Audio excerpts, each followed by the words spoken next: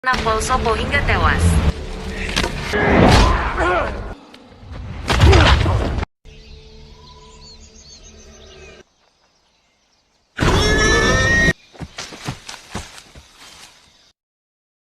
Berawal ketika Jaguar bersama kelompoknya sedang berburu babi hutan, semuanya sangat senang riang gembira. Jaguar memberi hadiah tumpul buah zakar untuk mengobati impoten. Bodohnya langsung dimakan mentah-mentah oleh si tumpul.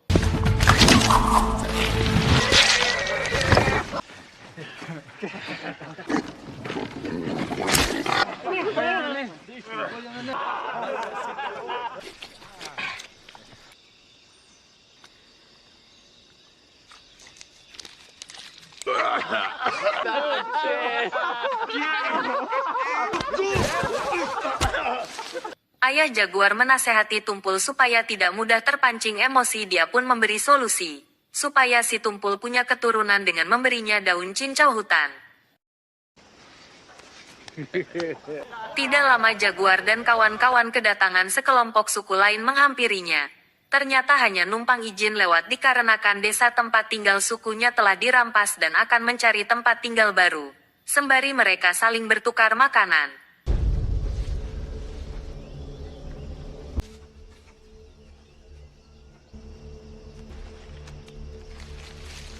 Kan inte bajskin man kish. Mannen.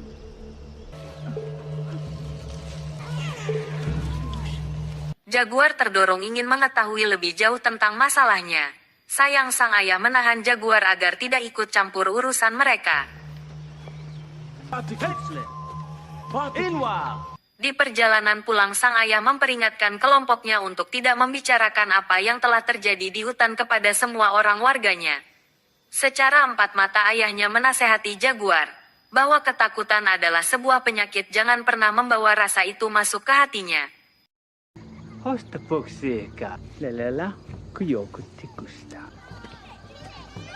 Sesampai di kampung halaman pemukiman, semua disambut keluarga masing-masing. Jaguar menemui istri dan anak sulungnya yang dinamai si kura-kura yang sedang bermain. Mereka sangat bahagia menanti kehadiran keluarga baru yang masih berada dalam kandungan. Tapi tidak dengan si Tumpul. Dia malah diomelin mertuanya perkara tidak bisa ngasih keturunan. Langsung diperintahkan masuk gubuk bercocok tanam dengan istrinya supaya cepat-cepat mendapatkan keturunan. Nasib malang si Tumpul, teriak-teriak kemaluannya kepanasan. Karena sudah mengoleskan racikan yang diberi ayah Jaguar. Ternyata si ayah pun sama isengnya berniat mengerjai si Tumpul.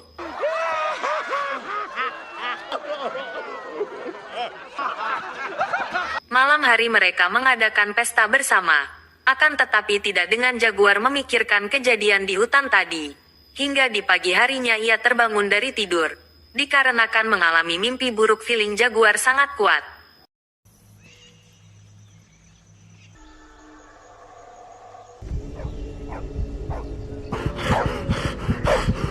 Pasaka.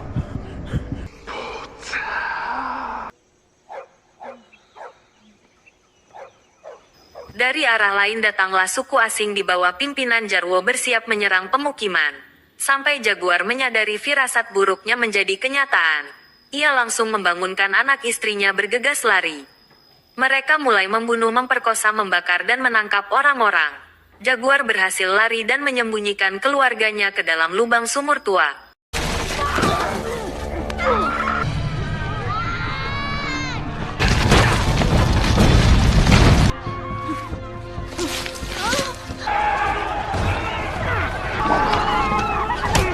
Ketahuan musuh, si Jaguar menghalau dengan sekuat tenaga. Setelah itu Jaguar terpaksa harus meninggalkan anak istrinya demi menolong teman-temannya. Ia berjanji akan segera kembali dan mengikat tali di balik batu supaya memudahkan istrinya keluar dari sana nantinya.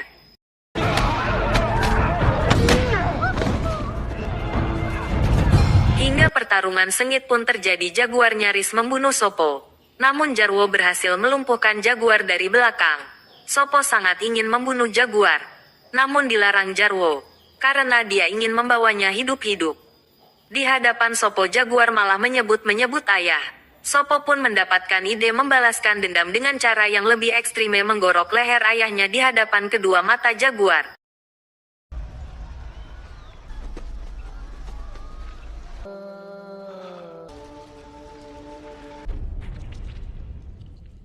Sebagai penutup, Sopo menampol Jaguar sampai pingsan. Setelah sadar ia sudah dalam kondisi terikat dikumpulkan bersama dengan lain.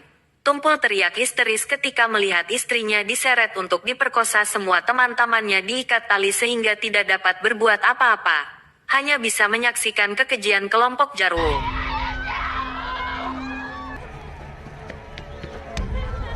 Lagi-lagi Jaguar melakukan tindakan sembrono, ia malah terus memandangi arah sumur.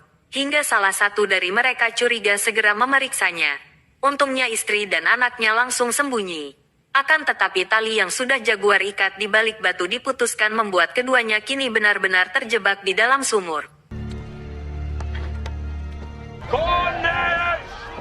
Semua tawanan mulai diarak meninggalkan pemukiman. Ketakutan Jaguar semakin besar ketika mulai melangkah menjauh dari anak dan istrinya. Semua anak-anak dibiarkan begitu saja, mereka kebingungan. Menyaksikan orang tuanya diseret paksa. Sambil menangis berusaha mengikuti dari belakang. Ma. Di tengah perjalanan Jaguar bertemu kembali dengan laki-laki yang tempo hari berada di hutan. Ternyata dia pun berhasil tertangkap komplotan Jarwo. Tawanan terus diarak menjauhi desa. Sakau terluka parah terkapar ke bawah. Si Sopo memaksanya terus berjalan sambil memukul Jaguar yang berada di depan Sakau.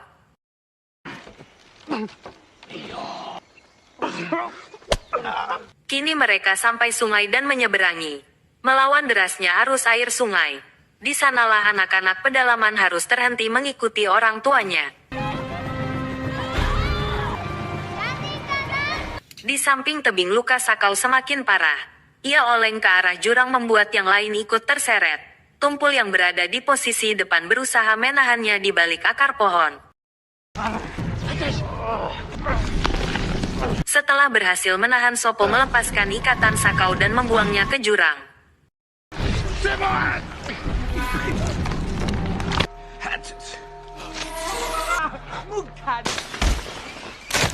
Keputusan Sopo itu mendapat pertentangan dengan Jarwo. Jarwo pun mengeluarkan belatik mengintimidasi Sopo, yang suka mengambil keputusan sendiri, yang belum tentu bisa mendapatkan gantinya. Akhirnya Sopo pun ciut nyalinya.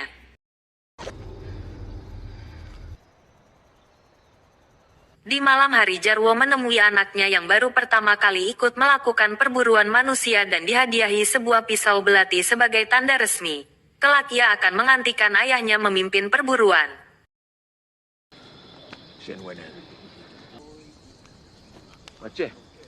Suara gemuruh menggema pertanda hujan akan turun. Jaguar ketakutan mengingat istri dan anaknya berada di dalam sumur. Esoknya dilanjutkan perjalanan langsung disambut pohon besar rubuh hampir menimpa para tawanan.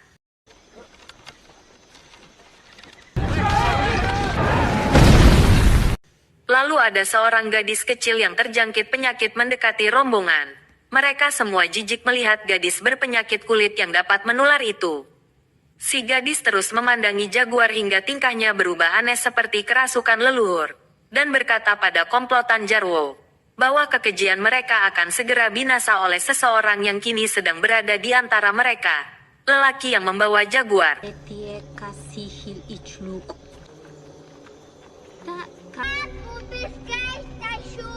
Memasuki di peradaban suku Maya, para tawanan semakin takut melihat hal-hal mengerikan terjadi. Di saat melewati kawasan kerja paksa yang dimana orang-orang diperas tenaganya dalam kondisi kelaparan. Kemudian ada kakek-kakek kurus kering meminta tolong salah satu dari mereka, agar bersedia membunuhnya agar bisa mati sebagai pria terhormat.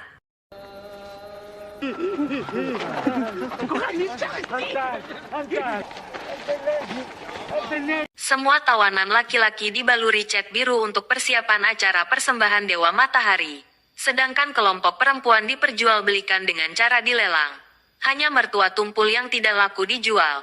Ia dibebaskan begitu saja, sambil kebingungan mengikuti tawanan yang lain.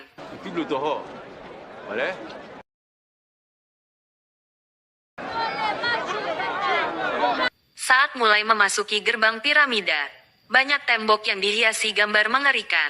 sebagai tanda mereka bakal mengalami nasib yang sama, seperti apa yang tergambar di dinding.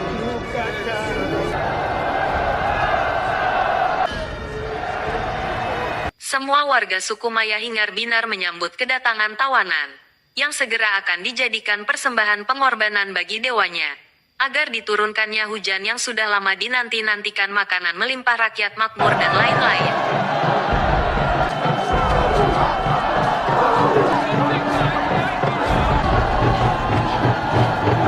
Tibalah tawanan di titik akhir, mereka dihadapkan sang raja dan Algojo yang siap memenggal kepala mereka satu persatu. Ditariklah korban pertama, dibaringkan, kemudian ditusuk perutnya dan dikeluarkan jantung yang masih berdetak kencang. Lalu dipenggal kepala dan tubuhnya dilempar ke bawah.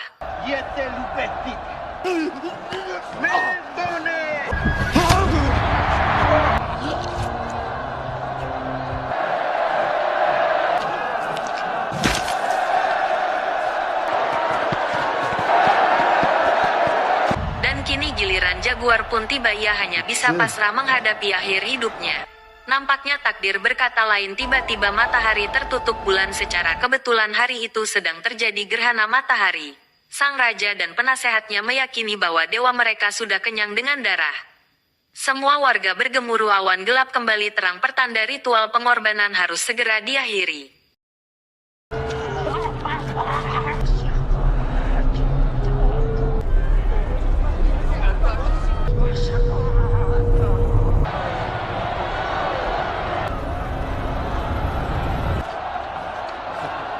Para sisa tawanan langsung diarahkan kembali, dibawa keluar dari gedung, menuju sebuah lapangan di baliknya ladang jagung.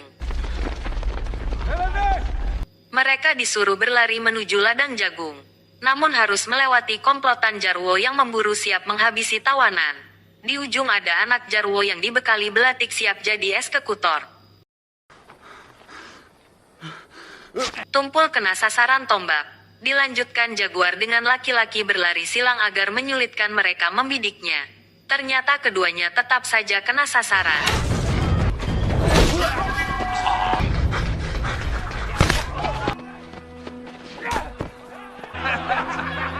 Malu cabe.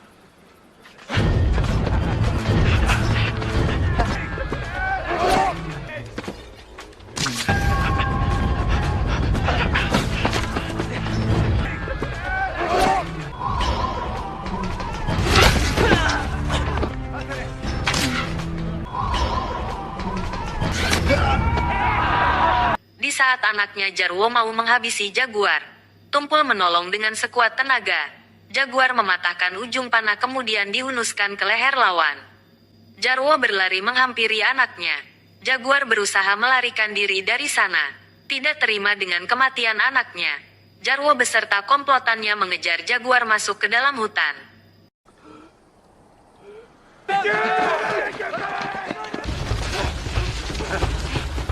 Di tengah pelarian, Jaguar terjatuh di antara tumpukan bangkai manusia tanpa kepala.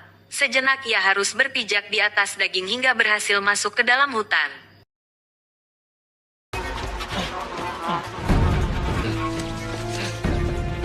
Perburuan kian memanas tanpa henti. Jaguar terus berlari sambil menahan lukanya. Karena luka di perutnya kian merah dan Jaguar langsung naik ke atas pohon. Kemudian komplotan Jarwo datang membuat Jaguar was-was. Sampai tidak menyadari darahnya menetes ke bawah mengenai punggung si Sopo.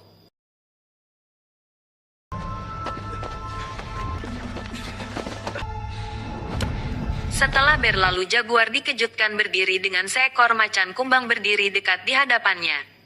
Komplotan Jarwo menyadari darah yang menempel di punggung Sopo. Pertanda Jaguar sedang bersembunyi di atas pohon.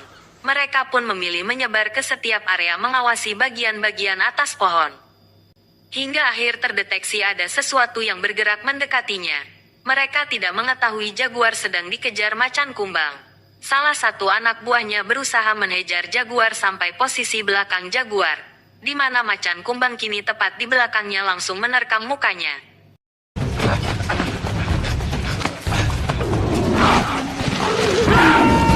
Setelah kejadian itu, salah satu anak buah Jarwo teringat kembali atas ramalan si gadis kecil tempo hari, bahwa mereka akan mendapatkan malapetaka dan meyakini untuk tidak mengejar Jaguar. Namun Jarwo tidak mau menghentikan perburuannya demi membalaskan dendam atas kematian putranya. Jalkap untuk balak.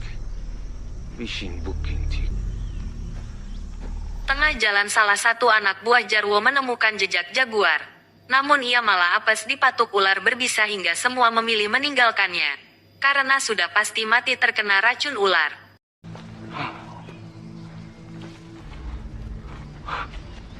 Meneruskan pelarian jaguar mulai diserang dengan panah dan tombak. Ia semakin kencang berlari ke arah sungai. Merasa menemui jalan buntu akhirnya jaguar nekat loncat ke bawah air terjun yang sangat curam.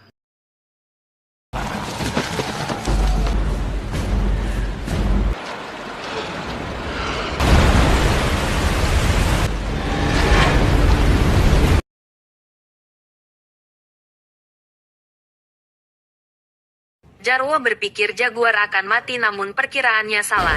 Jaguar masih hidup dan menantang mereka untuk terjun ke bawah. Salah satu dari mereka mengingatkan untuk berhenti mengejar jaguar. Namun Jarwo menusuknya hingga tewas. Merasa tertantang, Jarwo mengajak semua anak buahnya terjun ke bawah. Di luar perkiraan jaguar yang tadinya sudah lega harus kembali melarikan diri masuk ke dalam hutan. Ia malah terjebak terperangkap lumpur hisap. Dengan semangat ingin hidup akhirnya ia terselamatkan. Kini jiwanya mulai ditumbuhi rasa keberanian. Hutan lebat tempat ia tumbuh akan menjadi kekuatan tersendiri melawan komplotan Jarwo. Ia datang sambil membawa sarang tawon dan melemparkannya ke arah lawan.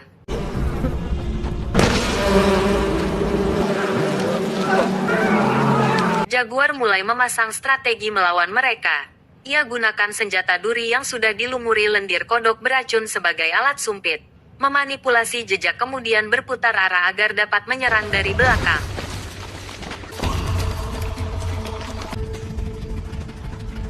Kini jaguar siap menembakkan duri racun ke arah target, hingga dapat mengenai salah satu dari mereka.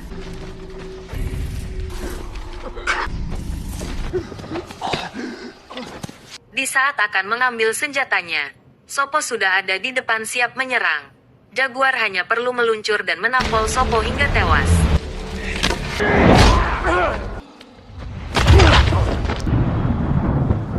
Setelah berhasil mengalahkan Sopo, air hujan turun membuat jaguar harus segera menyelamatkan istrinya dari lubang sumur. Ia pun kembali berlari sekencang-kencangnya menghindari komplotan Jarwo. Di bawah sumur nampak istri akan segera melahirkan. Jaguar mulai kebingungan hingga akhirnya Jarwo berhasil memanahnya. Ia berlari menyerang jaguar, ternyata di sana sudah ada jebakan tubuh babi hutan menghantam tubuh Jarwo.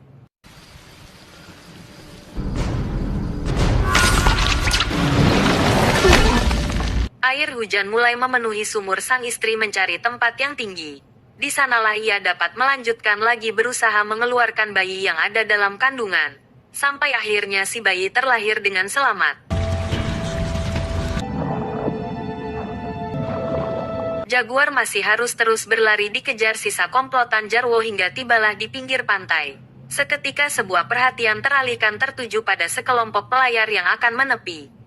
Jaguar jadikan kesempatan itu melarikan diri kembali untuk menolong anak istrinya.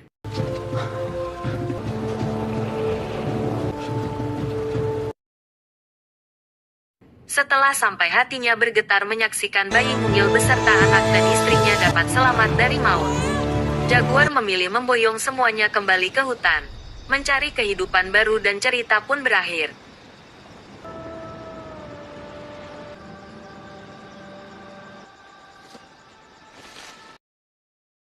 Masyarakat Atlantis, benua yang hilang mungkin sampai saat ini masih dianggap sebagai peradaban terhebat dalam sejarah manusia. Namun kisah-kisah Atlantis hingga kini masih dianggap sebagai mitos saja dan peradaban bangsa Mayalah yang seharusnya dicatat sebagai yang paling hebat di masa lalu.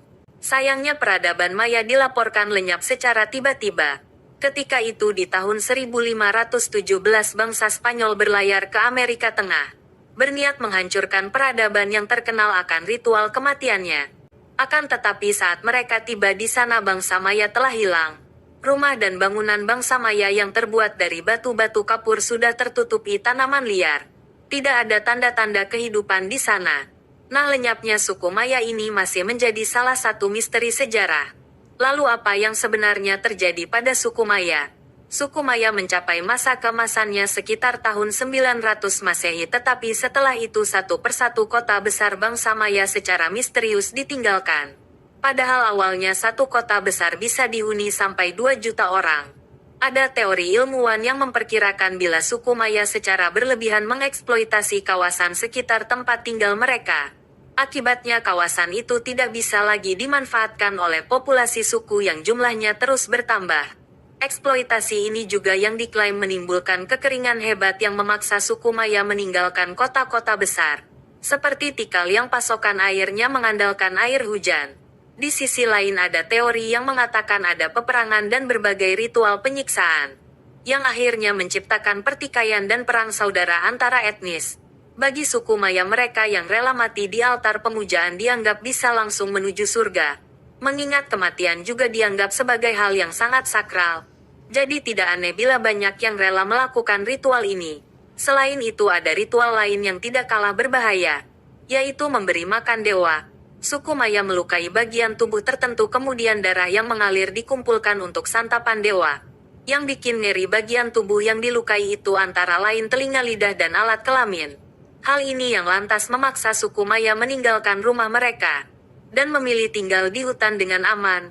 Kota-kota besar seperti Chichen Uxmal dan Mayapan diketahui tetap ada hingga tahun 1500 Masehi. Namun sekali lagi saat bangsa Spanyol datang di tahun 1517, semua kota saya sudah tertutup rimbunan hutan. Seperti itulah sejarah suku Maya.